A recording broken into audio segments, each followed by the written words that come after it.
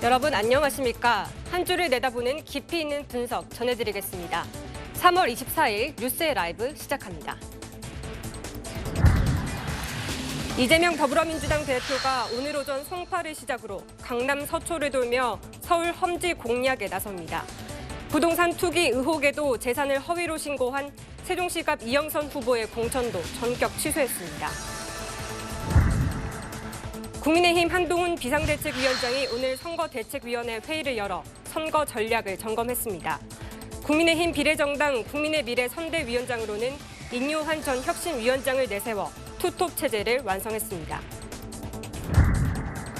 한동훈 비대위원장이 조국혁신당 조국 대표를 극단주의 세력으로 지칭한 것을 두고 설전이 이어지고 있습니다. 조국혁신당이 존재감을 키우는 가운데 새로운 미래와 개혁신당은 지역구에서도 고전을 면치 못하고 있습니다.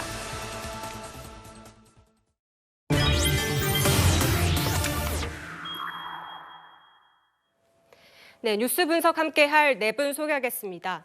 정광재 국민의힘 대변인, 구자홍 동아일보 신동아팀 차장 나오셨습니다.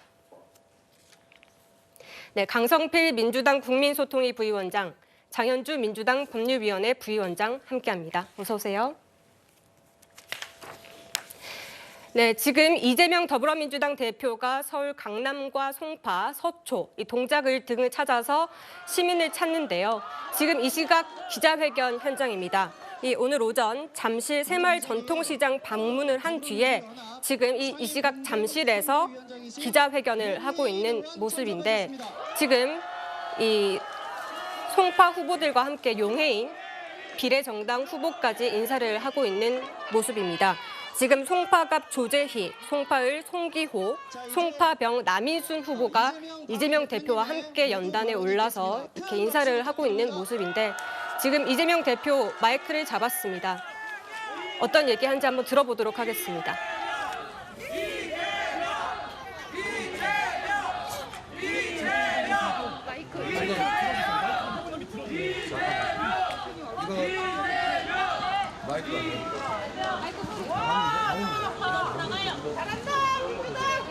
네, 마이크가 지금 안 나오는 모양입니다.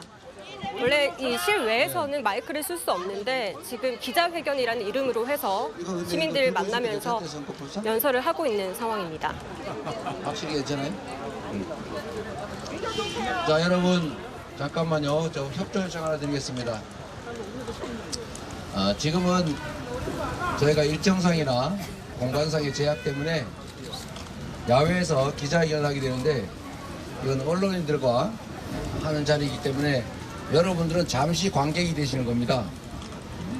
그래서 기자회견 중에 함성을 지르거나 연호를 하거나 박수를 치거나 야유를 하거나 혹여 이런 리액션은 자중해 주시기 바랍니다. 그럴 수 있죠?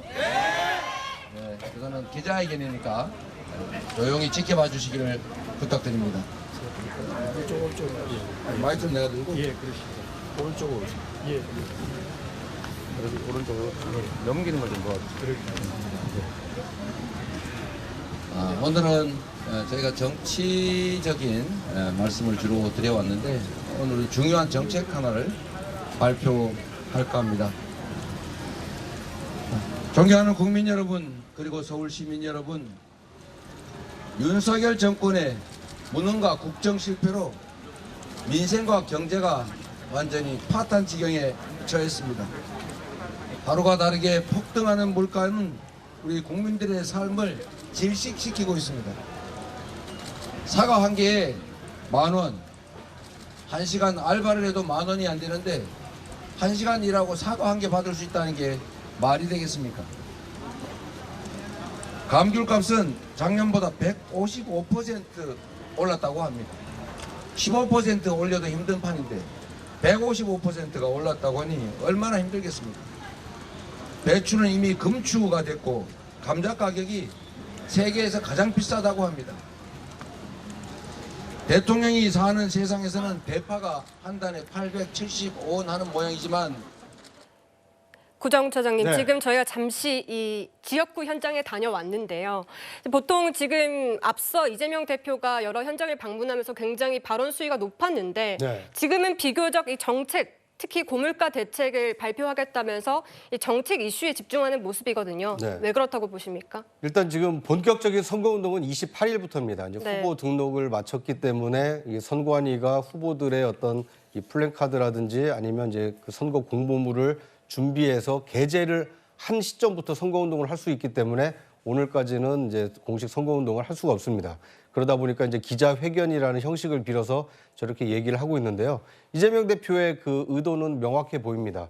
서민 물가가 너무 많이 올라서 국민들이 고통을 받고 있으니 그 책임이 윤석열 정부에 있는 거 아니냐.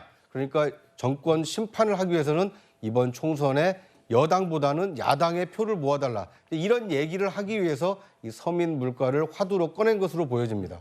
지금 기자회견 하고 있는 장소가 이 서울 송파인데요. 이 송파는 그 잘 알려져 있다시피 한강 벨트에 속해 있는 굉장히 이번 총선의 원내 제1당을 가를 중요 요충지입니다. 이곳에서 서민 물가 그리고 정권 심판론을 거론함으로써 이번 총선을 거대 야당 심판이 아니라 정권 심판으로 치르도록 하겠다. 이런 의도를 오늘 서민 물가를 거론함으로써 분명히 했다. 이렇게 볼 수 있을 것 같습니다. 알겠습니다. 강성필 위원장님, 그런데 사실 지난 총선에서도 송파에서는 이 송파병을 제외하고는 국민의힘에 내줬던 지역이거든요. 그러다 보니까 이 보수 표심을 좀 의식해서 발언 수위는 좀 조절한 것으로 보이기도 하거든요. 그러니까 선거라는 것이요. 항상 그 상대 지정에 대한 네거티브만 해가지고는 국민들에게 공감을 받을 수가 없잖아요. 네. 그리고 지금 경제가 문제야 이런 말들이 많이 있기 때문에 사실 윤석열 정부 들어서 안 좋아진 경제 상황 그리고 고물가에 대해서 조목조목 지적을 하는 것도 사실 유권자들에게 더 서구력이 있다고 보고요. 우리 구자영 차장께서 말씀하셨지만 이 송파 지역 같은 경우는 보수 정당의 강세인 지역입니다. 하지만 그 저희가 한 20대 국회부터 강남 3구에서도 민주당이 약진을 하고 있습니다. 그래서 이번에도 송파, 갑을 병 중에 한 2군데 정도는 저희 민주당이 한번 가져올 수 있지 않을까 하는 기대를 해보고 있습니다. 알겠습니다. 오늘 이재명 대표 매우 바쁘게 움직일 예정입니다. 저희 한번 동선을 살펴보면요. 지금 이 송파에서 이 오후에는 강남, 그리고 서초, 서울 고속버스 터미널을 방문할 예정이고요. 이어서 한강벨트인 동작구와 영등포까지 방문을 할 예정입니다. 지금 이 주말이면요, 보통 대변인님 굉장히 많은 시민들을 만날 수 있기 때문에 지역을 고를 때 굉장히 신경을 많이 쓸 텐데 왜 이번 주말에 서울 험지, 강남을 골랐다고 보십니까? 일단 이번 선거가 초박빙으로 진행될 것이라는 여론조사 결과가 많습니다. 특히 서울 지역이 그렇죠. 그러니까 이 서울 지역 같은 경우에는 해당 지역에 살더라도 경제활동을 외부에서 하는 곳이 사람들이 많기 때문에 이런 분들을 가장 많이 만날 수 있는 기간이 저는 주말이라고 생각합니다. 저도 네. 선거운동 할 때 그런 일정들 고려해서 유권자들을 만나기도 했었는데 지금 송파 말씀하신 것처럼 우리 당이 이 우위를 그래도 상대적으로 보이고 있는 곳이긴 하지만 승리를 완전히 자신할 수는 없는 것이고 민주당 입장에서는 열심히 추격하면 추가 의석을 가져올 수 있기 때문에 훨씬 더 전략적인 관점에서 중요하다고 생각할 겁니다. 근데 저는 이재명 대표가 이렇게 여러 지역을 많이 다니는 것보다 해당 지역에 가서 해당 지역에 맞는 적확한 메시지를 내는 게 중요하다고 생각하거든요. 어제 의정부 가서 경기 분도되면 강원 서도 된다, 강원 서도로 전락할 것이다 이런 메시지를 냈는데 그 지역 정서와 완전히 동떨어진 메시지를 내는 게 민주당 당대표로서 이재명 대표가 가서 그 지역 유권자들에게 해당 후보를 찍어달라고 할 때 적확한 표현이냐 이런 부분들은 아마 상당히 많은 고민을 해야 될 거라고 생각합니다. 네, 말씀하신 대로 지금 총선이 17일 정도 남았는데 굉장히 접전 양상을 보이고 있는 상황입니다. 저희가 정당 지지율과 서울 지역 민심을 한번 살펴보도록 하겠습니다. 이 정당 지지율을 보면 국민의힘은 34%, 민주당은 33%로 1%포인트 차를 보이고 있습니다. 이 접전을 벌이고 있는 상황이고요. 지금 이 시기는 3월 19일과 21일에 조사된 그런 여론조사로 지금 보입니다. 당시에 지금 이종섭 대사 출국 논란, 황상무 수석 사퇴, 그리고 조수진 민주당 후보 성범죄 가해자 변호 논란 여러 가지 이슈들이 있었기 때문에 지금 여러 이슈들이 뒤섞이면서 이런 접전 양상을 보이고 있는 것으로 보입니다. 이어서 지금 서울 지지율을 한번 살펴보도록 하겠습니다. 국민의힘은 39%, 민주당은 26%로 지금 13%포인트 차까지 벌어졌습니다. 이게 지금 매 주마다 계속해서 바뀌고 있는 상황인데 지금 지난주 보면 이 국민의힘이 30%, 민주당이 32%로 접전을 벌였는데 이 국민의힘이 오르면서 39%로 오르면서 이 격차가 벌어졌습니다. 장현주 변호사님, 왜 이런 결과가 나왔다고 보십니까?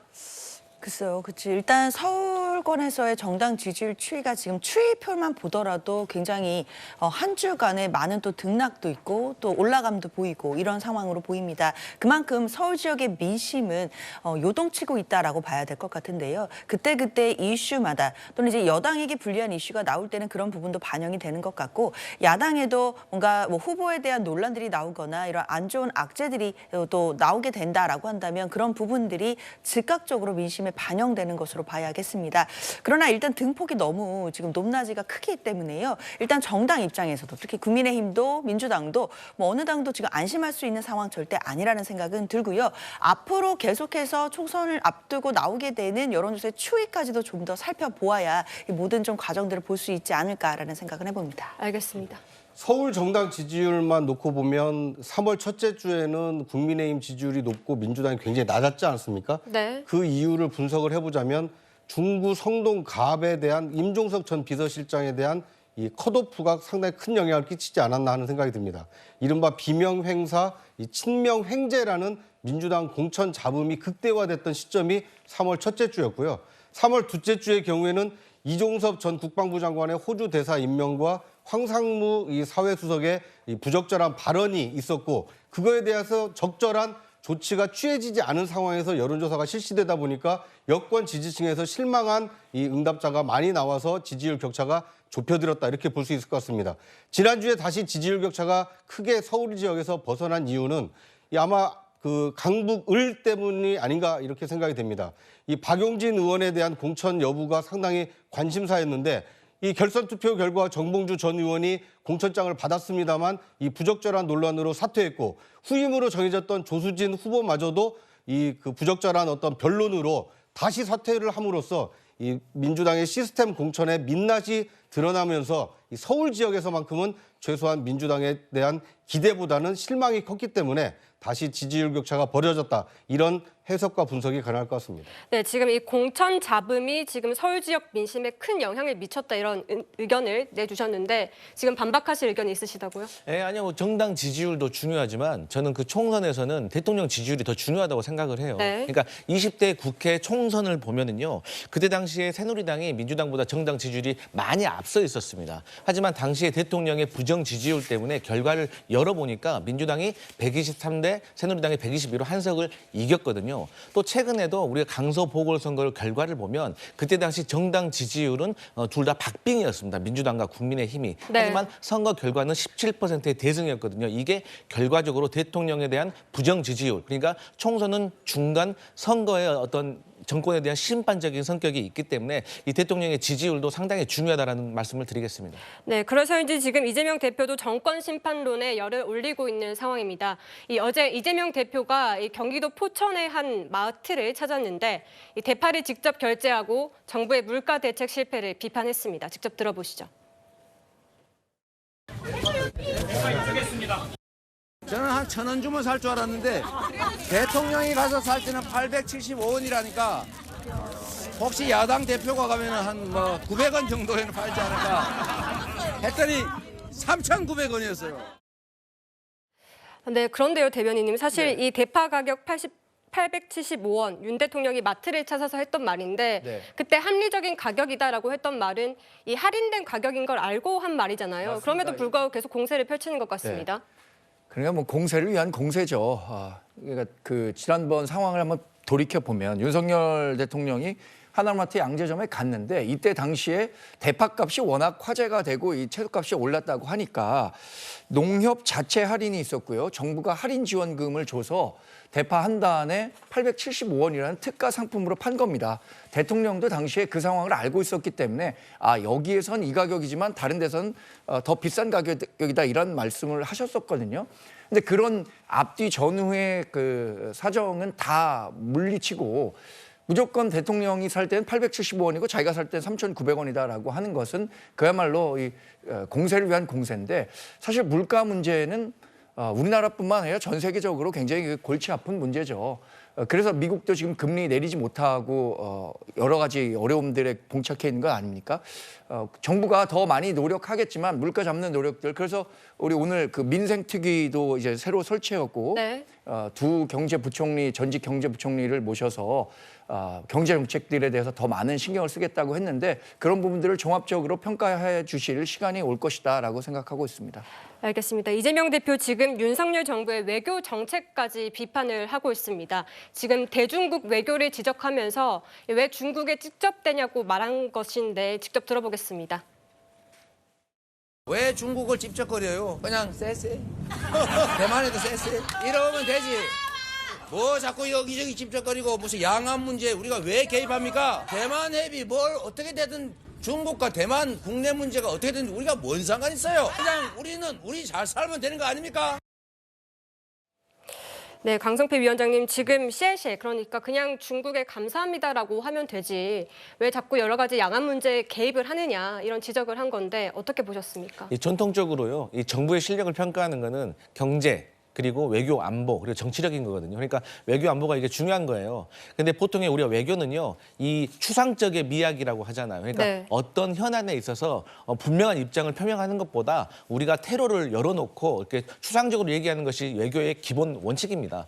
그러니까 이재명 대표는 지금 윤석열 정부를 향해서 어떤 실리가 있고 또 유연하게 이렇게 빠져나갈 태구를 조금 마련하면서 외교를 했으면 좋겠다라고 이제 지적을 한 것이고요. 실례로 작년에 미국에서 우리 대한민국에게 우크라이나에 대한 포탄을 우회적으로 좀 지원을 해달라고 했어요. 근데 여기에서 우리 대한민국이 조금 시간을 좀 끌면서 좀 버텼다고 하면 저희가 굳이 그 러시아와 척을 지면서 저희가 외교 관계가 안 좋아질 건 없었거든요. 근데 지금 현재 러시아는 저희 대한민국을 외교적으로 이제 적대국으로 간주할 수 있다라고 엄포를 놓고 있어요. 그러한 것들이 연결선상에서 지금 러시아와 북한이 가까워지는 현상이 벌어지고 있거든요. 그래서 이러한 것들은 좀 대한민국이 유연하게 조금 시간도 끌면서 해야지 우리가 미국만 따라갔다가는 나중에 중국이나 러시아가 저희와 관계에 있어서 문제를 저희하고 얘기하지 않고 미국하고 얘기하는 경우가 생길 수가 있기 때문에 이런 유연한 외교를 좀 지적한 것이라 그렇게 이해하시면 될 것 같습니다. 네, 이 중러 외교에 대한 아쉬움을 표현한 것이라고 하셨는데 한 가지 궁금한 점이요. 그런데 지금 이재명 대표가 이번 총선을 신한일전이라고까지 부르고 있거든요. 그러면서 사실상 일본에 대한 적대감을 노골적으로 드러내고 있습니다. 여기에 대해서는 어떻게 보십니까? 그 일본에 대한 적대감이라는 표현보다는요, 그 국민의힘 후보들 중에서 친일과 관련된 그런 막말 발언에 대해서 아직도 공천을 취소하지 않고 후보직을 유지하고 있다는 것에 대해서 지적을 하고 있는 거예요. 네. 그러니까 우리가 모두 대한민국 국민들이 많이 알고 있지만 스스로 생선이 되는 것에 대해서 우리 잘못이 있다. 또 일제강점기가 조선시대보다 살기가 더 좋았다. 이런 식의 발언은 그 어떠한 이유로도 인정받을 수가 없는 거예요. 그러니까 이런 분들이 국회를 가게 되면 무슨 일이 생기냐면 후쿠시마 오염수 방류 문제라든지 그러면 위안부 할머니의 어떤 보상과 관련된 문제에서 이런 친일 성향이 있으신 분들이 우리의 국익을 어떻게 지켜낼 수 있느냐 이런 의문이 있기 때문에 여기에 대해서 지적을 하는 걸로 이해해 주시면 감사하겠습니다. 그러니까 일부 후보들의 과거 역사 인식에 대한 지적이다 이렇게 말씀해 주신 걸로 이해하도록 하겠습니다. 또 할 말 있으시다고요? 네, 그런데 이거는 일부 후보의 문제가 아니라 저는 이재명 대표 본인이 갖고 있는 외교 안보관에 대해서 분명하게 문제를 제기할 필요가 있다고 생각합니다. 이른바 민주당이 갖고 있는 친중 4대주의 의식이 그대로 드러난 발언 아닌가라는 생각이 드는데요. 지금 북한에 대해서 중국이 핵무기와 관련해서 아무 말 하지 못하고 있는 상황에서 그런데도 중국에 우리가 쉐쉐하고 넘어갈 일입니까? 그리고 양안 관계에 대해서 지금 전 세계적인 가치동맹의 중요성이 굉장히 커지고 있습니다. 이 가치동맹의 우리 속해 있는 많은 사람들이 현상 유지와 관련해서 얘기를 하고 있는데 현상 유지를 변경하려고 하는 세력들에 대해서 그냥 쉐쉐라고 넘어가기에는 네. 대통령 후보로서 그리고 민주당 대표로서 갖고 있는 안보관이 굉장히 그 문제가 있다고 생각합니다. 알겠습니다. 지금 이 오늘 국민의힘 선대위 회의에서도 관련 발언이 나왔는데 먼저 한동훈 비대위원장 발언 듣고 이야기 이어가겠습니다. 이재명 대표는 작년 6월에 주한 중국 대사관을 직접 찾아가서 외교부의 국장급에 불과한 싱하이밍 대사로부터 훈시에 가까운 일장 연설을 15분간 고분고분 듣고 왔습니다. 같은 시기에 법무장관이었던 저는 싱 대사로부터 만찬 요청을 받고 적절하지 않다고 봐서 사양한 바 있습니다. 그렇게 머리를 조아려 주면 무슨 국익이 높아지는 게 있습니까?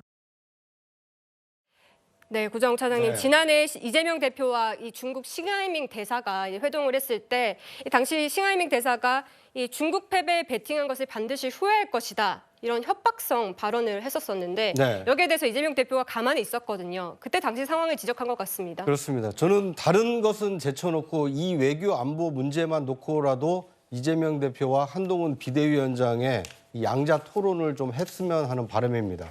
왜냐하면 총선이 이 대한민국의 국민의 어떤 먹고 사는 문제뿐만 아니라 대한민국이 앞으로 이 외교 정책을 어떻게 수립하고 이 실천해 나갈 것인가, 대한민국의 안보와 직결돼 있기 때문에 그렇습니다. 저는 이재명 대표의 그 말씀이 우려스러운 것은 그냥 우리끼리 잘 살 수 있는 세상이 아닙니다. 지금 글로벌 네트워크가 얼마나 촘촘히 짜여져 있고 지금 이 코로나19 이후에 글로벌 공급망 재편 과정에 있지 않습니까? 대한민국은 경제를 위해서도 외교를 잘해야 되는 나라입니다. 단순히 뭐 이웃 국가고 거대 국가니까 쎄쎄하면서 잘 지낼 수 있는 상황이 아닌 것입니다. 왜 양안 문제가 중요합니까? 우리나라의 외교 에너지 수급이 다 그 대만 해협을 통해서 지금 오고 있지 않습니까? 만약에 양안 문제가 현상 변경이 된다라면 그 비용을 우리나라 국민이 다 감당해야 되기 때문에 굉장히 중요한 문제인 것입니다. 저는 총선도 중요하지만 외교 안보 정책에 대해서 이 거대 양당의 그 대표가 모여서 끝장 토론을 한번 했으면 좋겠다. 뭐 이런 생각이 듭니다. 알겠습니다. 끝장 토론까지 제안을 해주셨습니다. 이어서 민주당에서 계속되는 공천 논란까지 짚어보도록 하겠습니다.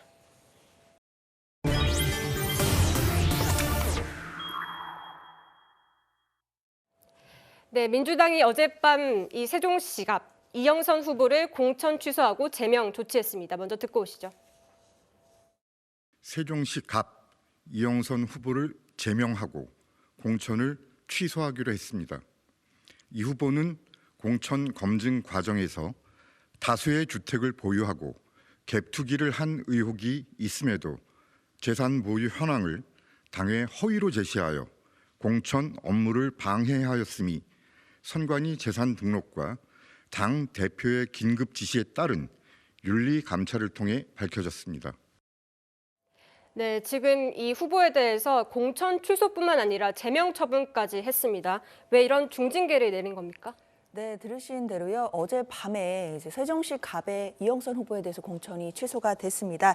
이유는 뭐 들으신 것처럼 다세주택을 보유하고 또 갭투기 의혹까지 받고 있는데 사실 민주당 같은 경우에는 공천을 할 때 이런 부분들도 후보의 검증 요소로 보고 어떤 갭투기 의혹이라든지 다주택 관련된 투기 의혹이 있을 경우에는 검증을 통과할 수가 없는 시스템 공천을 하고 있습니다. 그럼에도 이영선 후보가 본인이 검증 단계에서 서류를 허위로 제출을 해서 이 부분을 당에서 거르지 못한 것으로 알려졌습니다. 그러다 보니까 이제 지금 차후에 후보자 등록이 이미 완결이 되긴 했지만 그러나 갭투기 의혹이라든지 여러 부분들이 제출했던 자료와 실제 상황이 다르다라는 것을 파악을 했기 때문에 공천을 취소하게 된 것입니다. 아시다시피 후보자 등록이 지난주 금요일에 마감이 되었기 때문에요. 민주당은 더 이상 세종갑 지역에 민주당 후보를 낼 수가 없는 상황입니다. 그렇다라고 한다면 당 입장에서는 의석수 하나를 또 손해볼 수도 있는 또 그런 상황이기도 한데요. 그렇다 하더라도 국민들께 제대로 된 후보를 공천해야 된다라는 또 정당의 책임감으로서 어젯밤에 또 그 긴급하게 회의를 열어서 또 뼈아픈 결정이긴 하지만 그래도 국민들 앞에서 떳떳해야 된다는 마음으로 또 무거운 결정을 할 수밖에 없었습니다. 네. 말씀드려도 될까요? 저는 민주당이 갖고 있는 공천에 관련한 내로남불과 표리부동을 지적하지 않을 수 없습니다. 네. 조수진 변호사가 인권 변호사고 민변 사무총장이라는 타이틀을 이용해서 여성 가산점까지 받아가면서 강북 을에서 공천을 받은 바 있습니다. 이영선 후보는요, 자신의 선거 포스터에 어떻게 했냐면 전세 사기 피해자 대책위 자문 변호사라고 소개를 했습니다. 피켓에도 전세 사기 피해 구제를 자신의 선거 피켓에 달았던 분입니다. 그런데 이분 갖고 있는 부동산 가액이 38억인데 대출이 37억이라는 게 이게 말이 됩니까? 또 배우자가 자신 몰래 했다는 것 어디서 많이 들어본 변명 아닌가요? 네. 지난번에 김의겸 전 현재도 의원이죠. 김의겸 의원이 흑석동에서 건물 살 때도 부인이 자기 몰래 했기 때문에 자기 몰랐다라고 하는데 변명 또 자신의 내로남불을 배우자로 탓으로 돌리는 것 이런 것들에 관해서 민주당이 얼마나 이번 공천을 정말 이재명식 사천으로 올인했었는지를 다시 한번 보여주는 대목이다. 이렇게 평가하지 않을 수 없습니다. 알겠습니다. 지금 이런 여러 가지 논란들이 겹쳐서 사실 한석을 날리게 됨에도 불구하고 좀 이번에 전격 취소를 했다 이렇게 해석해도 되는 겁니까? 네, 우리 대변인께서 지적하신 부분 일리가 있어요. 그래서 그럼에도 불구하고 저희 민주당이 국민들께 책임 있는 모습을 보이기 위해서 공천을 아프게 취소를 했단 말씀 드리고요. 그럼에도 불구하고 저도 지적하지 않을 수 없는 게 모 후보께서 CCTV에 돈 봉투를 받는 게 드러났잖아요. 그런데 문제가 없다고 해서 공천이 됐어요. 근데 그 이후에 추가 의혹이 드러났죠. 그러니까 돈을 주셨던 분이 변호인을 통해서 회유와 협박 뭐 이런 문제 때문에 무서워서 허위로 말을 했다라고 말씀을 하셔서 결국에는 그분도 공천이 취소된 걸로 알고 있습니다. 그리고 또 더 웃긴 것은 특별 사면과 관련해 가지고요. 대통령께서 과거에 수사를 하셔가지고 기소하셔가지고 유죄가 받으신 분이 있어요. 근데 그분이 대통령의 특별 사면으로 인해서 국민의힘 후보가 되셨다는 분 여기에 대해서는 어떻게 설명할 것인지 그래서 양 당이 후보자를 공천하는 데 있어서 좀 더 신중을 기해야겠다 이런 말씀 드리고 싶네요. 네, 지금 이 중도층을 잡기 위해서 민주당 여러 가지 수습책을 내놓고 있는 상황인데 지금 이 성범죄자 변호 논란 끝에 사퇴한 서울 이 강북을 조수진 후보 자리에 한민수 대변인을 전략 공천을 했습니다. 그런데 이 한민수 대변인 친명계로 꼽히는 분인데 지금 한번 화면 함께 보실까요? 지금 돌고 돌아 한민수라는 얘기가 나오고 있습니다. 지금 이 세 번째 후보기 때문인데 이 정봉주 전 의원이 공천이 취소가 됐고 이어서 전략 경선을 펼쳤지만 여기서 이 조수진 후보가 결국 사퇴를 하면서 한민수 대변인이 공천이 된 상황입니다. 네. 서울 강북을 민주당 공천 과정은 더불어민주당 시스템 공천의 민낯을 고스란히 드러난 대표적 사례다라는 생각이 듭니다. 앞으로 정치학자들이 이 선거법 또는 공천 과정을 연구할 때 서울 강북을 사례를 집중 연구하지 않을까 하는 생각이 듭니다. 왜냐하면 비명횡사, 친명횡재라는 것이 여실히 드러났기 때문에 그렇습니다. 만약에 박용진 의원이 조금이라도 이재명 대표와 가까운 후보였다면 저렇게까지 공천을 시스템을 앞세워서 탈락시키려고 노력을 했을까라는 의문이 첫 번째고요. 두 번째는 이재명 대표와 가까운 사람은 왜 이렇게 쉽게 공천을 받는 것일까? 이거에 대한 의문을 많은 국민들이 가지고 있기 때문에 민주당의 서울 강북을 시스템 공천은 두고두고 한국 선거 그리고 공천사에 길이 남을 발자취를 남겼다. 뭐 이런 해석이 가능할 것 같습니다. 네, 지금 이 한민수 대변인 급하게 후보 등록을 하게 된 상황인데 지금 그런데 이 과거 발언이 다시 재조명받고 있습니다. 이 언론인 시절에 이 벼락 후보에 대한 비판 칼럼을 썼던 것인데 지금 하루아침에 날아온 후보 지역구 골목 번지수나 알고 있을까? 이 지역 구민을 장기판에 졸로 안아 이렇게까지 말했던 것으로 지금 뒤늦게 알려지고 있습니다. 지금 이 후보가 3번이나 바뀌게 된 것인데요, 강성필 위원장님. 이 강북을 주민들의 마음은 어떨지 궁금하거든요.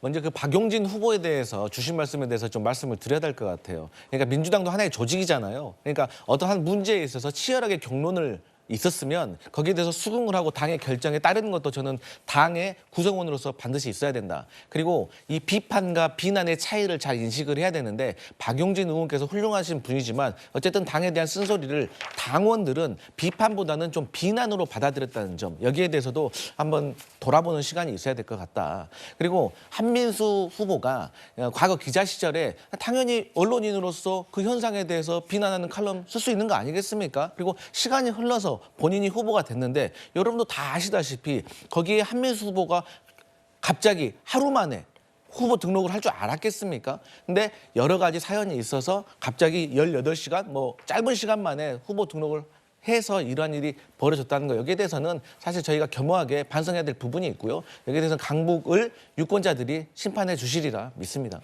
구자웅 차장님, 네. 사실 지도부에서 결정을 한 것이다라고 말은 하고 있지만 네. 지금 한민수 대변인이 이 두 번째 전략 경선을 할 때 이 응모를 했지만 탈락을 했던 그런 후보거든요. 네. 그런 후보를 전략 공천하는 건 어떻게 보십니까? 그러니까 저는 한민수는 되고 박용진은 안 되는 이유가 뭡니까?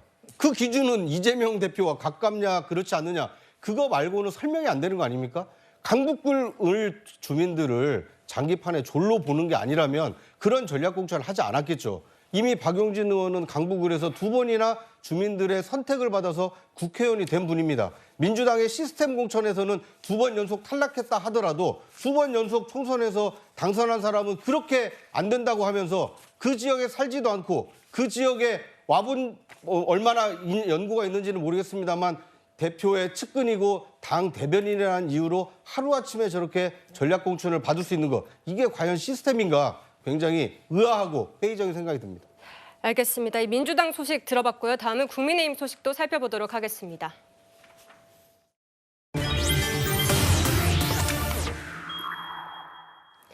네, 오늘 국민의힘 중앙선대위 회의가 있었는데요. 이 어제 하루 공개 일정을 갖지 않은 한동훈 위원장, 이 오늘 회의에는 참석을 했습니다. 이 회의 참석 전 모습 먼저 보고 이야기 나누시죠.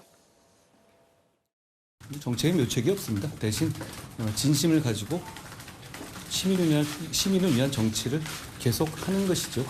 민주당의 모든 정책 그리고 민주당은 굉장히 여러 개 위원회를 두고 있죠. 근데 결국은 다 정부를 끝장내자 그리고 난장판을 치자 저희는 그래서는 안 된다. 그런 혼란이 있어서는 나라가 전진할 수 없다는 점을 설명드리면서 금융투자세 폐지 같은 좋은 정책들을 국민들께 계속 설명하겠습니다. 저희도 민생과 경제라는 중요한 부분에 대한 설명도 게을리하지 않겠습니다. 네, 정광재 대변인님, 사실 이 한동훈 위원장이 주말 동안 굉장히 열심히 지역을 돌아다닐 것으로 예상이 됐는데 어제 하루 동안의 일정을 잡지 않았습니다. 네. 그러면서 지금 이 정책을 들고 나왔는데 금융투자세를 들고 나왔어요. 네. 이 정책을 왜 들고 나온 겁니까? 정권 심판론의 이 프레임이 굉장히 강하죠. 그런데 이 정권 심판론에 앞서서 저는 말씀드리고 싶은 게 우리가 이 집권 2년 동안에 우리가 하려고 하는 정책을 하려고 해도 하지 못할 수밖에 없었던 환경들을 좀 말씀드릴 수밖에 없을 것 같습니다. 거대 야당이 절대 의석수를 많이 갖고 있었기 때문에 우리 정부가 추진하려고 하는 정책들 제대로 할 수 없었거든요. 그래서 민생이 이렇게 나빠진 부분도 분명히 있는데 지금은 정권 심판론 프레임만 강하고 거대 야당 심판론은 상당히 좀 사그라든 모습입니다. 그것들을 다시 좀 재점화하기 위해서 민생에 우리는 더 많은 말씀들을 드리려고 하는 겁니다. 금융투자소득세 같은 경우에도 지금 민주당이 계속해서 얘기하고 있는 거고 저희는 폐지하자는 겁니다. 1,400만 명이 주식 투자를 하고 있습니다. 네. 우리가 근로자이면서 동시에 투자자인 경우인데 이 세금과 관련한 문제에 있어서 지나치게 많은 세금을 매길 경우에 민생이 어려워진다는 건 당연한 얘기잖아요.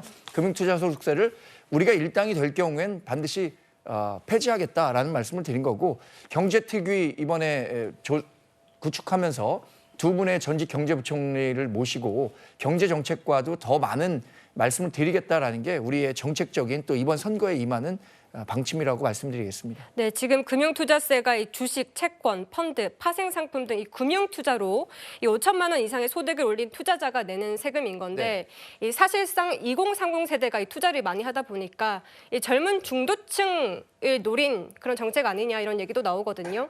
이게 1989년도에 대만이 회의에서 나온 얘기지만 양도소득세라고 주식 양도소득세를 부과한 다음에 지수가 40% 급락하는 일이 있었습니다. 네.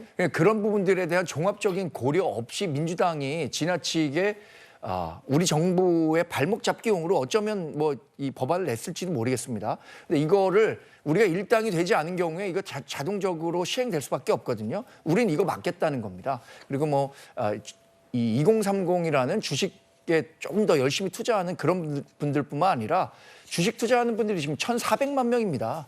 대다수 국민에게 영향을 미칠 수 있는 사안이라고 생각해서 저희가 문제를 제기하는 겁니다.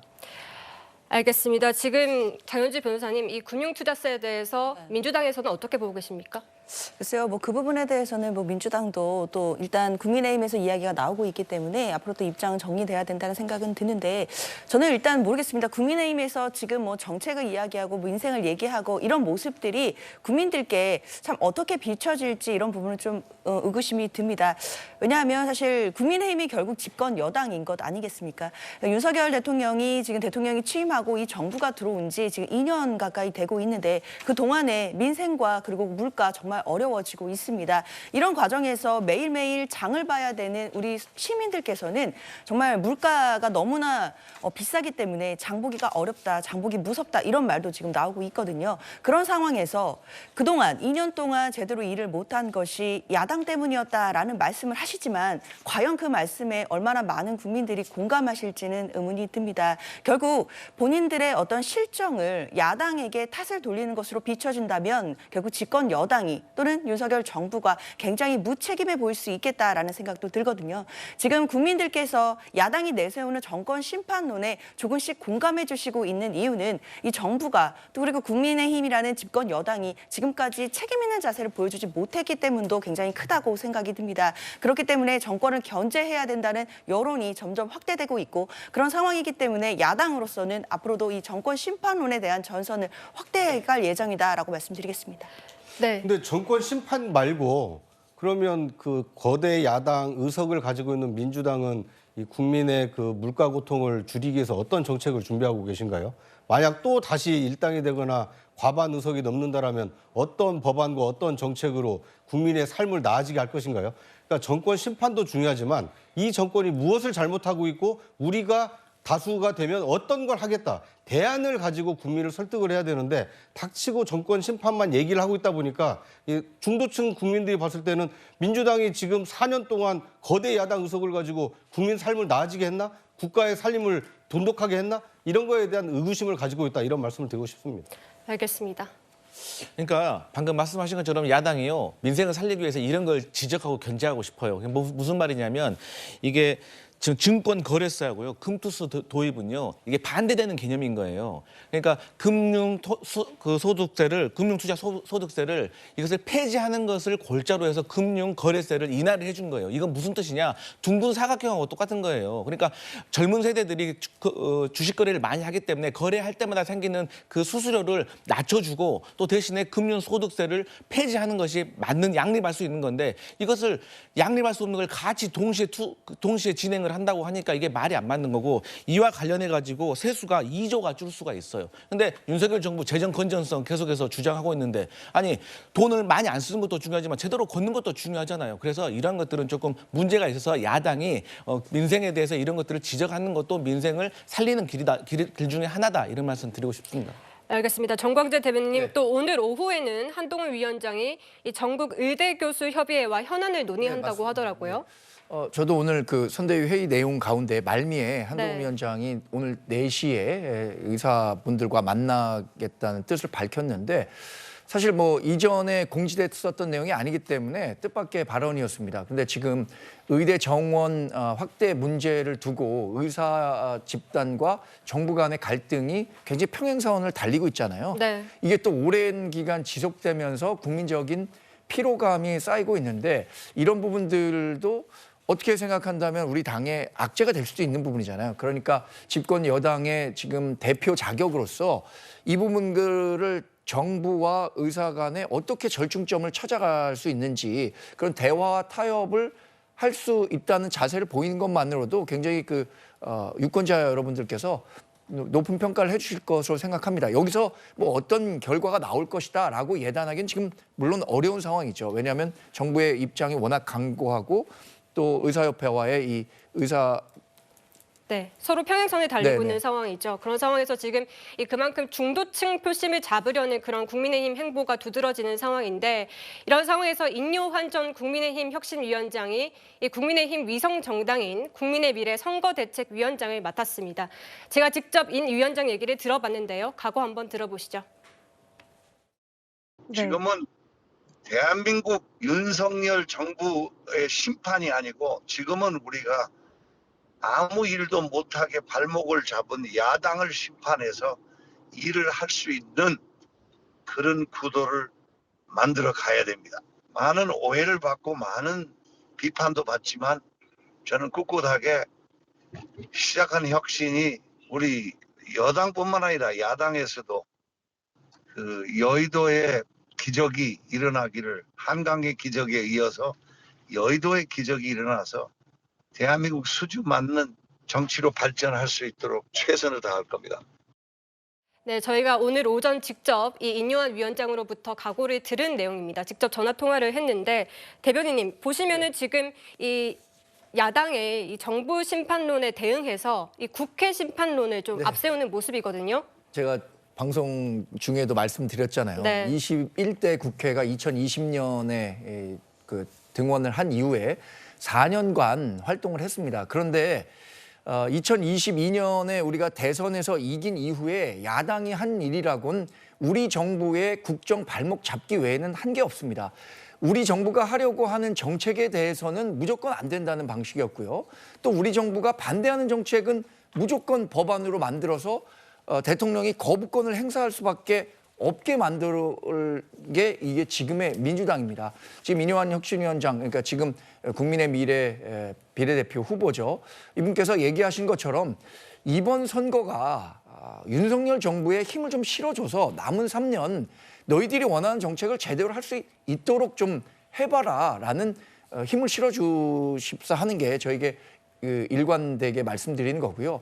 야당이 이렇게 일방적으로만 자꾸만 우리 정부 못되게 하는 법안 갖고는 유권자들의 넓은 선택을 받기는 어려울 거라고 보고 있습니다.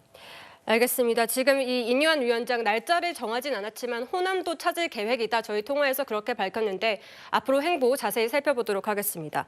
지금 이 선거가 다가올수록 이 예민해지는 일도 많습니다. 이 최근 한 위원장이 선거법 위반 논란에 휩싸였는데요. 먼저 발언 들어보시죠. 바로 여러분의 윤재옥입니다. 이렇게 신중하고 사려 깊은 판단을 하고 그럼에도 불구하고 추진력 있는 정치인을 본 적이 없습니다. 네, 그런데 한 위원장, 이 과거 마이크를 사용하면서 이런 얘기도 했습니다. 제가 마이크 잡으면 안 됩니까? 안 돼? 여기도 안 돼요? 저는 해도 되잖아요. 이게 불출마가 좋은 게 많아요. 제가 출마하지 않기 때문에 자연스러운데요. 저는 마이크 써도 될걸요? 네, 맞습니다. 제가 출마하지 않아서. 안녕하세요. 국민의힘 비상대책위원장 한동훈입니다.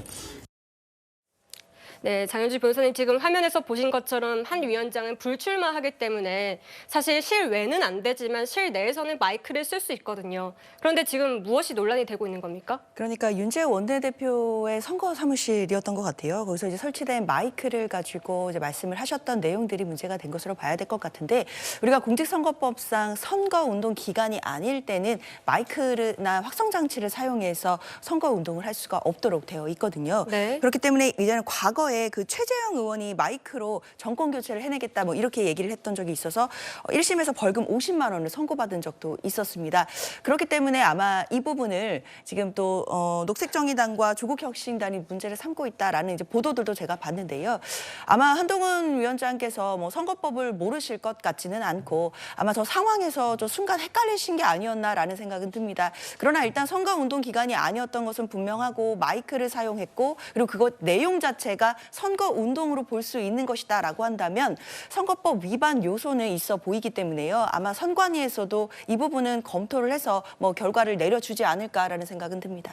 네, 그런데 지금 한 위원장 불출마한 상태이기 때문에 사실 마이크 사용보다는 그때 당시 이렇게 했던 멘트가 지금 문제가 되고 있는 것으로 보이는데 네. 누굴 찍어주세요라고만 하면 안 하면 되는 거 아닙니까? 그러니까 특정 후보를 지지하거나 또는 그 지지를 요청하는 행위를 해서는 안 됩니다. 네. 그것이 이제 공식 선거운동 전에 하게 되면 사전 선거운동으로 이제 고발 조치가 되고 이게 기소가 된다라면 유죄 판결을 받을 수 있기 때문에 그렇습니다. 저는 이번 기회에 선거법을 조금 바꿀 필요가 있지 않나 하는 생각이 듭니다. 과거에 이 오세훈법이 제정이 될 때 돈은 묻고 입은 풀자라고 했습니다. 네. 그런데 지금은 사전 선거운동이 굉장히 엄격하게 적용되다 보니까 예비 후보 등록한 사람조차도 마음껏 선거운동을 하지 못하는 것이 현실입니다. 앞으로 22대 국회가 개원이 된다면 여야 합의를 통해서 선거법을 좀 개정할 필요가 있어 보이고요. 가장 시급한 것은 선거구 획정을 국회의원들이 해서는 안 됩니다. 지금 이번에도 그 거의 한 달 다 돼서 한 달 그 열흘 남겨놓고 선거구가 획정되지 않았습니까? 국회의원들은 선수들, 당사자들이니까 이 사람이 아닌 이 제3 이 일반 국민들의 어떤 대표를 뽑아서 선거구를 선거 실시 1년 전에 확정을 하고 선거 운동에 관한 것도 이 국회의원들이 아니라 일반 국민의 어떤 눈높이에서 선거법도 개정할 필요가 있지 않나 하는 생각이 듭니다. 네, 지금 이 공식 선거 기간이 아니다 보니까 이런 논란이 여기저기서 벌어지고 있는 건데요. 이재명 대표 또한 자유롭지 못합니다. 먼저 영상 보시죠. 몰빵! 몰빵! 몰빵! 몰빵! 감사합니다. 3번! 네. 24번? 예.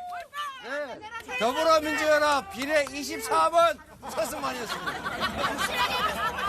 24번까지 당선시켜야죠. 윤석열 정권의 심판과 국민 승리를 위해서 우리 민주당이 국민과 인천 시민들의 유용한 도구가 되겠습니다. GTX B 노선의 조기 착공, 제2경인선 광역철도의 조속 추진으로 사통팔달 인천 시대를 열겠습니다. 네, 구정 차장님, 네. 지금 24번까지 당선시켜달라. 이거는 문제가 안 되는 겁니까? 그러니까 이제 뭐 그것은 원론적인 얘기다 이렇게 해석할 수 있기 때문에 지금 뭐 이게 문제는 안 되는 것 같은데 지금 보십시오. 선거운동원들 옆에 있으면서 기자회견이라고 얘기하고 하는 것은 마이크를 쓰고 하고 누군가를 지원해달라고 하는 것은 확성기를 쓰면 안 되니까 지금 손으로 저렇게 하는 모습인데 이거야말로 진짜 꼼수 선거운동 아닙니까? 이건 이재명 대표 개인을 위해서도 아니고 한동훈 비대위원장을 위해서도 아니고 국민들의 알 권리를 충족시키는데 굉장히 제약이 많이 되고 있으니 제발 22대 국회가 개원된 이후에는 선거법을 사전 선거운동의 범위를 좀 폭넓게 유권 해석을 해서 사전 선거운동이라도 충분히 할 수 있게 해야 되지 않을까 굉장히 좀 안타까운 생각이 듭니다. 이건 눈 가리고 아웅하는 거 아닙니까? 국민들을 지금 뭘로 생각하는지 굉장히 좀 안타까운 생각이 듭니다. 네, 저도 앞에서 지금 저희 송파 지역구 현장 화면을 함께 봤었잖아요. 기자회견이라고 하고 이제 마이크를 쥐고 얘기를 하는데 문제 없는 겁니까, 진짜? 그러니까 저희가 선거 집중적으로 할 때는요 여러 가지로 고민을 많이 하고 또 선거법도 많이 검토를 합니다. 방금 화면에서 보면은 이재명 대표가 말실수를 하지 않기 위해서 그래서 평소에는 보지 않고 원고 없이 대중 연설을 하는데 이제 종이를 보고 연설을 하잖아요. 이런 것들이 정당에서도 다 고민을 하고 어쨌든 선거법을 지켜가는 한도 내에서 최대한의 범위 안에서 선거운동을 하려고 하는 노력인데요. 우리 구정 차장님 말씀하신 것처럼 이것은 22대 국회에서 양당이 지금 당장 서로를 비난할 필요가 없습니다. 그래서 서로 같이 이런 마음이 정말 진심이라면 22대 국회에서 개정을 했으면 좋겠다 이런 말씀 드리겠습니다. 네, 이 정당 지지율이 매주 변동폭을 키우면서 지금 어디로 가는지 알기가 쉽지가 않습니다. 이 국민의힘 지지율 앞서도 보셨지만 이 전체 여당 지지율 격차는 크지 않지만 지금 민심이 요동치고 있는데 다음 화면 함께 보도록 하겠습니다.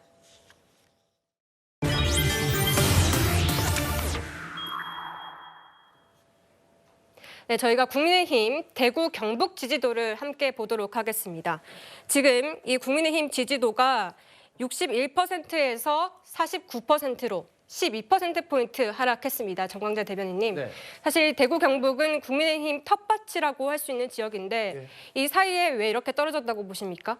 몇 가지 사안들이 있었죠. 특히 뭐 TK라면 도태우 변호사가 대구에서 이제 공천을 받은 후에 5.18과 관련한 여러 논란으로 인해서 공천이 취소되는 일이 있었는데 이런 부분들에 대해서 이제 우리가 이제 이념적으로 조금 좀 강경한 목소리를 내는 보수 세력들은 좀 불만의 목소리가 있었던 것 같습니다.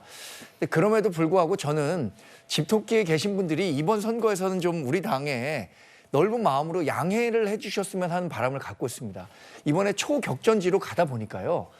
우리의 극성 지지층을 잡는 것도 물론 중요하지만 중간에 있는 사람들의 표심을 얻는 게 굉장히 중요합니다.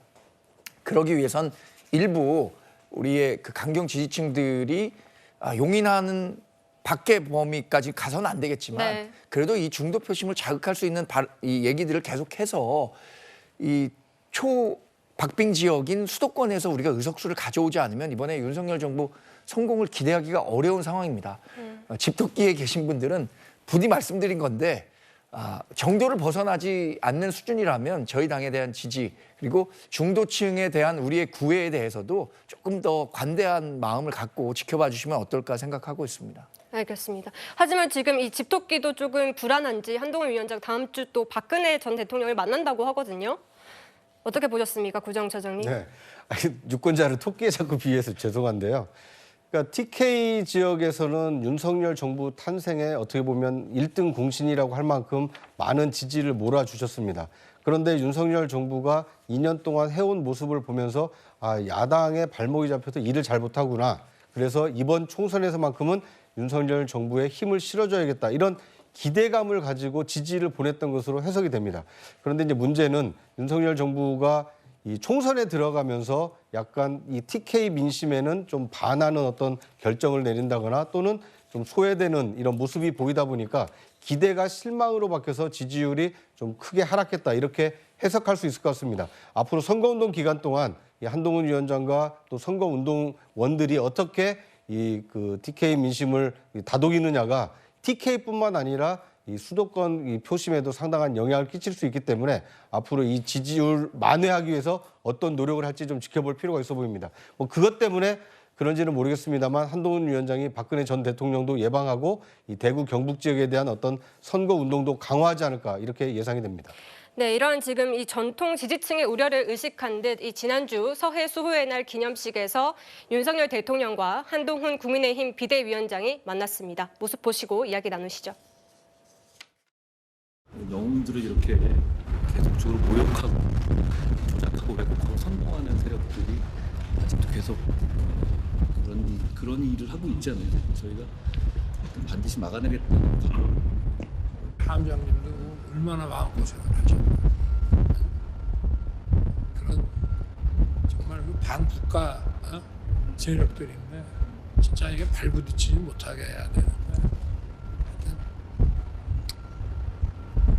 더 많이 위로를 해드려야지. 네, 지금 이 정부를 지지하는 그런 유권자들도 많지만요, 구정 차장님. 네. 저희가 이 총선을 앞둔 비슷한 시기에 이 정부 지원론과 견제론의 여론이 어떤지 한번 살펴봤습니다. 네. 지금 문재인 정부 2020년 3월 4주차일 때 이 정부 지원론이 46% 그리고 정부 견제론이 40%였습니다.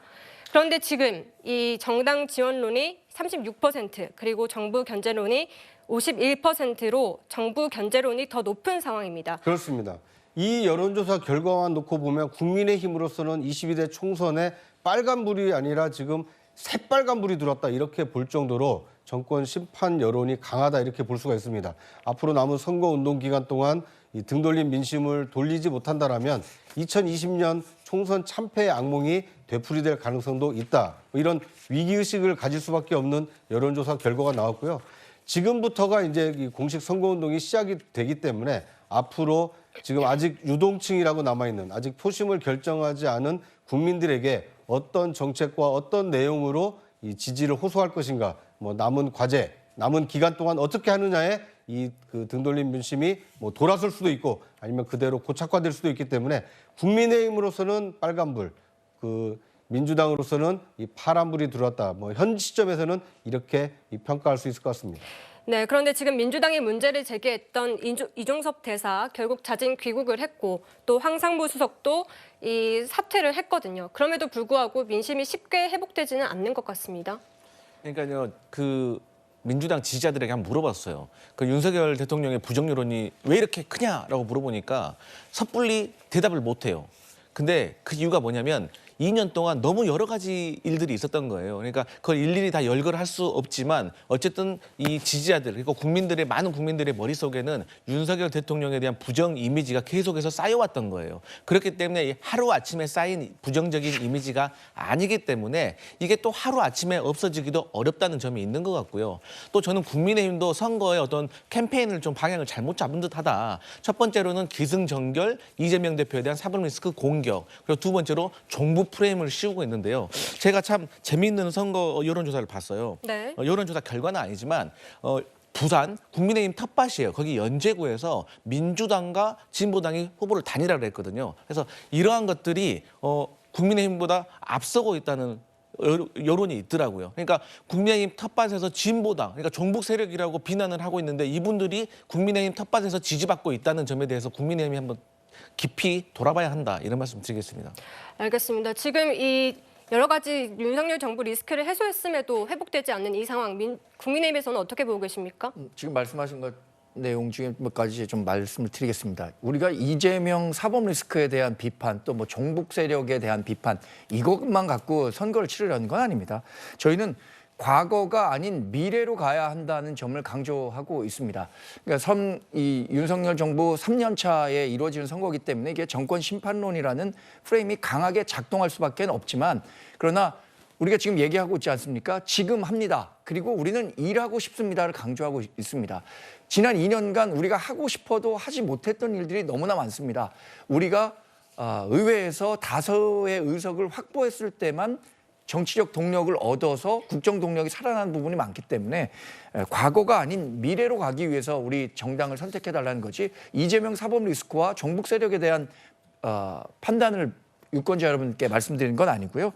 그래서 말씀드리는 게 정책, 또 수도권 행정구역 개편과 오늘 나온 금융소득세 폐지, 이런 문제들을 말씀드린 겁니다. 근데 여하튼 지금 여론조사 결과만 놓고 본다면 구자용 차장 얘기하신 것처럼 정권 심판론이라는 성격이 워낙 고착화되는 경향이 있어서 그게 정말 우려스러울 뿐입니다, 지금. 네, 그 이종섭 대사 문제는 아직 불씨가 좀 남아 있습니다. 지금 공수처가 이종섭 대사를 당장 소환할 수 없다고 밝히면서 이 당내에서는 추가 조치가 필요하다는 목소리가 나오고 있는 건데요. 장윤주 변호사님, 지금 이 대사 측은 출국 금지까지 해놓고 소환할 수 없다는 게 말이 되냐, 이렇게 반박하고 있거든요. 글쎄요, 뭐 그 반박도 뭐 일견도 논리적으로 맞다라고 보시는 분들도 계시겠지만요. 사실 작년 송영길 대표의 사례를 얘기하지 않을 수 없습니다. 물론 뭐 죄명도 다르고 혐의도 다르고 뭐 상황이 동일하게 뭐 동일한 잣대로 볼 수 없다라고 볼 수도 있겠지만요.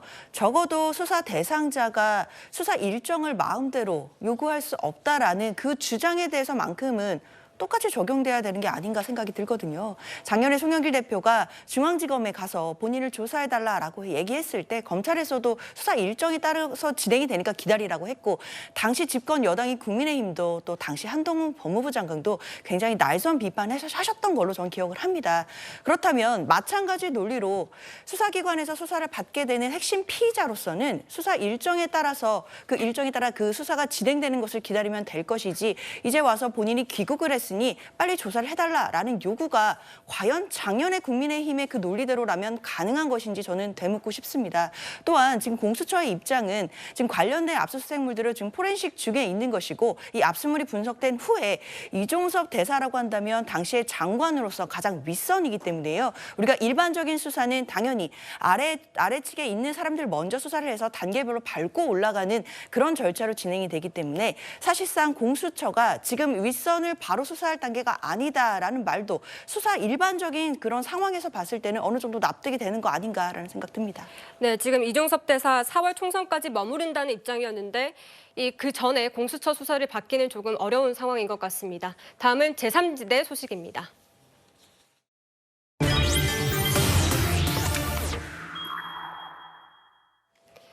네, 고민이 많은 여야 두 대표 모두 조국혁신당 조국 대표와 잇따라 설전을 벌이고 있습니다. 먼저 한동훈 대표와 조국 대표의 설전 들어보시죠.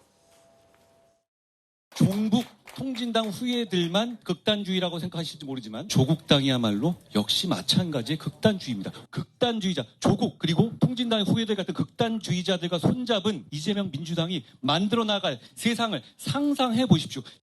제가 역으로 묻고 싶습니다. 여기 계신 국민 여러분 중에서 휴대전화 비밀번호를 27개 극단적으로 긴 휴대전화 비밀번호를 갖고 계신 분 몇 분 계세요? 한동훈 비대위원장은 왜 27개라는 극단적으로 긴 휴대전화 비밀번호를 왜 했는지 반문해 주십시오.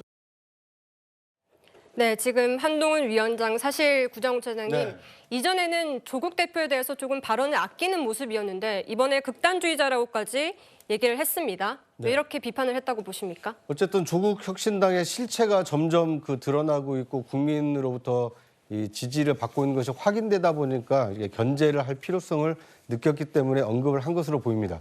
그런데 참 정치가 묘한 것이요. 언급을 하면 할수록 오히려 커지는 경우도 있거든요. 이 과거 이 조국 사태 당시에 이 추미애 윤석열 갈등이 윤석열 당시 검찰총장을 유력 이 차기 대선 주자로 키웠듯이 이번의 경우에도 한동훈 위원장이 조국 전 장관을 언급을 한 것이 오히려 조 전 장관의 어떤 입지만 강화시켜주는 그 의도하지 않은 결과가 나올 수도 있다. 뭐 이런 분석이 나오고 있습니다. 왜냐하면 조국 혁신당의 경우에는 이제 창당한 지 3주밖에 안 된 신생 정당입니다. 이 국민들이 지지를 할 것인지 말 것인지 아직 최종 판단이 내려지기 전이고 기대감이 올라가고 있는 상황인데 오히려 거대 정당의 어떤 대표를 맡고 있는 이 한동훈 위원장마저도 이 조국 전 장관에 대해서 언급을 한다. 그만큼 존재감이 커졌다. 이렇게 느끼는 국민이 많아지고 있기 때문에 네. 한동훈 위원장의 의도와 상관없이 오히려 조국 전 장관에게 좀 유리한 국면이 형성되고 있는 거 아닌가. 뭐 이런 해석과 분석이 가능할 것 같습니다. 정광재 대변인님, 이 조국 혁신당의 파이가 커지면 그만큼 이 범야권에서 얻는 의석수가 많아지기 때문에 그걸 좀 견제하고 있다 이렇게 해석해도 되는 겁니까? 뭐 지금 조국 혁신당이 갖고 있는 비례정당 지지율에 대해서 상당한 경계감을 갖고 있는 건 사실입니다.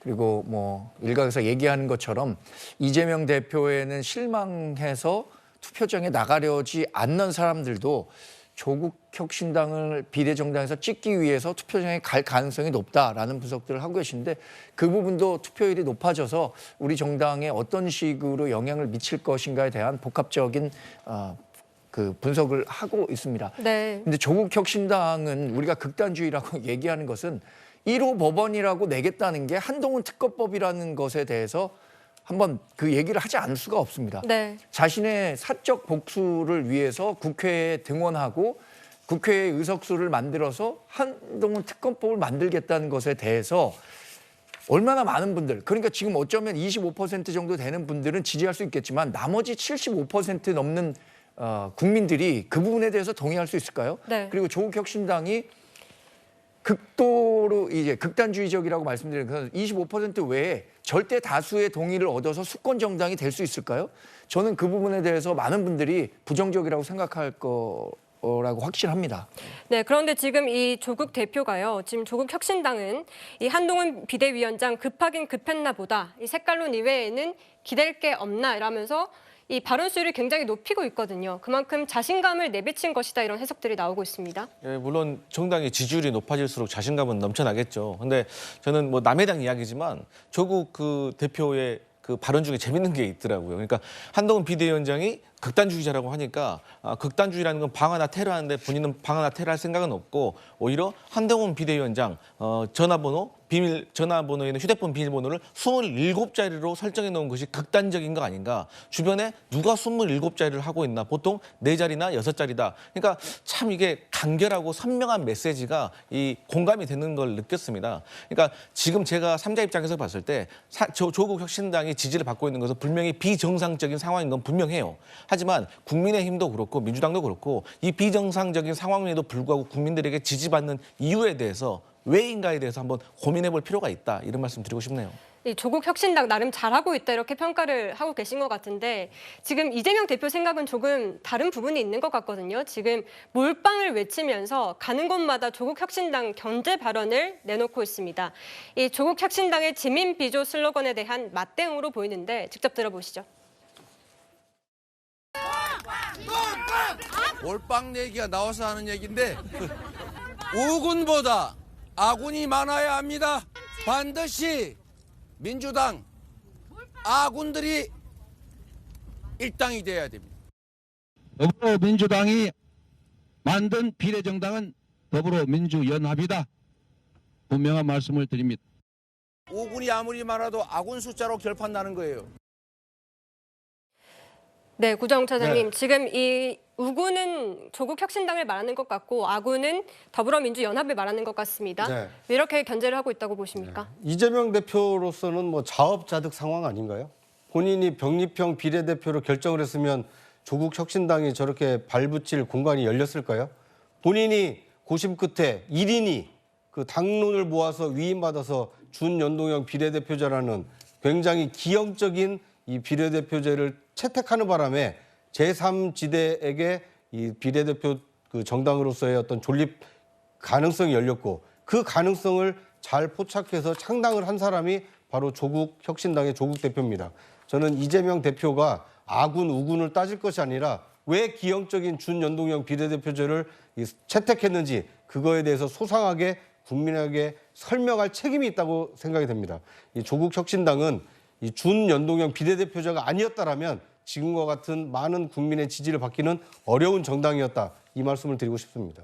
네, 실제로 지금 이 민주당 위성정당인 더불어민주연합을 앞서는 결과가 지금 나오기도 했습니다. 여론조사 함께 보시면 이 다른 조사에선 1%포인트짜로 바짝 좁혔다 이런 조사들도 나오고 있는 상황인데 장현주 변호사님, 지금 이 새로운 미래 그리고 개혁신당에 비해서 조국혁신당이 많이 앞서고 있거든요.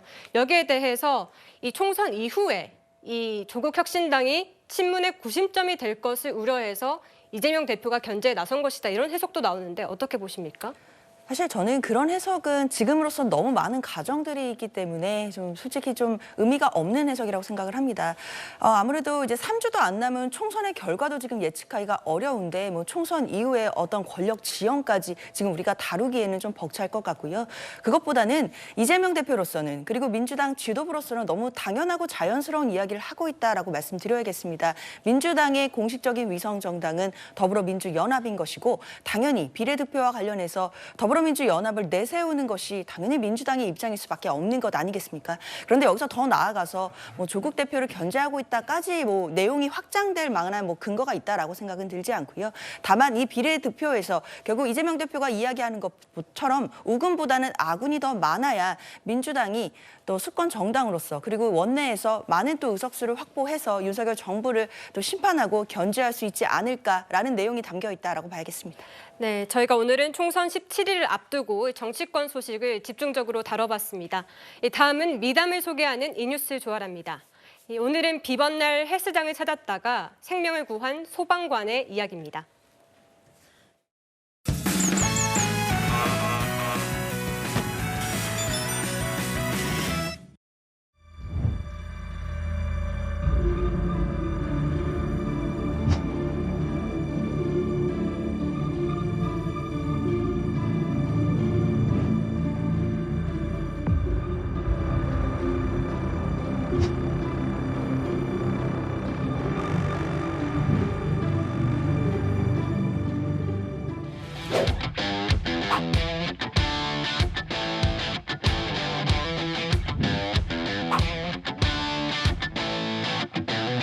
사람들 웅성거리는 소리들이랑 비명 소리를 듣고 바로 달려갔어요. 보니까 남성분 한 분이 피를 먹은 채 쓰러져 있었고요. 바로 의식이랑 호흡 확인하고 심폐소생술을 시행해서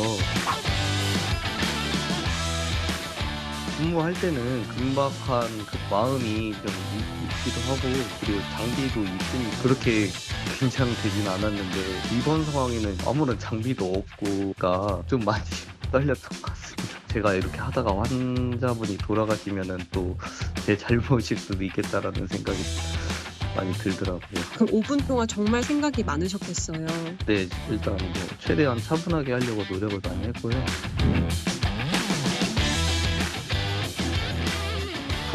네, 딱 인계했을 때 환자분이 호흡이 돌아오고 좀 의식이 조금 회복하시는 것 같더라고요. 네, 그때 좀 많이 안 보였습니다.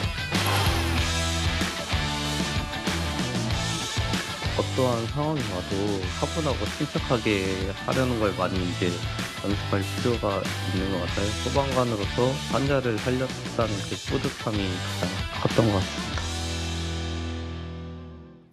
네, 이 화면을 보고 나니 사고 현장에 최진수 소방사가 있어 참 다행이라고 생각이 드는데요. 이 쓰러진 환자분의 완쾌도 기원하겠습니다. 저희는 잠시 후 60초 후에 돌아오겠습니다. 네, 꽃샘 추위가 물러가고 완연한 봄 날씨가 찾아오면서 나들이 가는 분들 많으시죠? 오늘 서울 낮 기온은 올 들어 가장 포근하다고 하는데요. 하지만 일교차가 커 겉옷은 잘 챙기셔야겠습니다. 저희가 준비한 소식은 여기까지입니다. 일요일엔 뉴스의 라이브입니다. 시청해주셔서 감사합니다.